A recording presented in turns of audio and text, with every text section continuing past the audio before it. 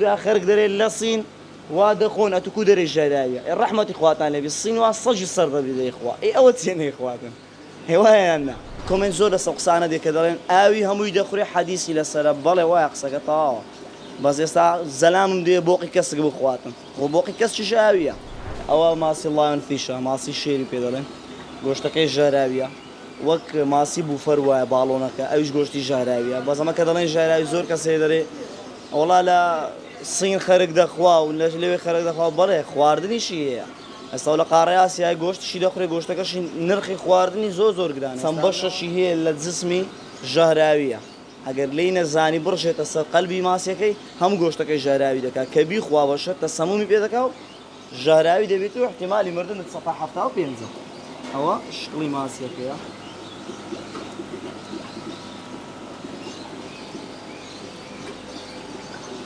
أو ماسيكيا أي كبدس دايجري ما ترسيه بس ما دزاين كو بيجرين هندك دركو تجاتي لقلبي أما نالي بدس ما مكيته بقي معلومات تايلانديين أو ماسيانا بس أنا هم إنتاجي إيران والله إيران إنتاجي لسر أو ماسيانا ورد قريبا والله إذا بيكسر هرب شوي دسته هذه تسكو ماسيكا جهراوية إذا بي بركزو أوكي ماسيكا خودي خوي جهراوية گوشتی شی جهراویه بس شیفی شارزایدی وقتی بیخوی اما کامنت یعنی کامنت زود سقسانه دی کدارن آوی هموی دخوری حدیثی لسر باله واقص قطعه بس يستا زلام دی بوقی کس بخواتن و بوقی کس چی جهراویه هزار شیفی شارزاش بینی سره نخواتن بوقی کس جهراویه بیخوی دت کشیتن هوا جوایا کلید نزانی و نزانی چون آماده بکی بیخوی دت کشی جهراویه أو بالونش تصوير بكي أجر بالونك أول شهر شهراوية أو بالونيا بالونش بهما شو أول شهراوية بس أوش سولا صين زور دخون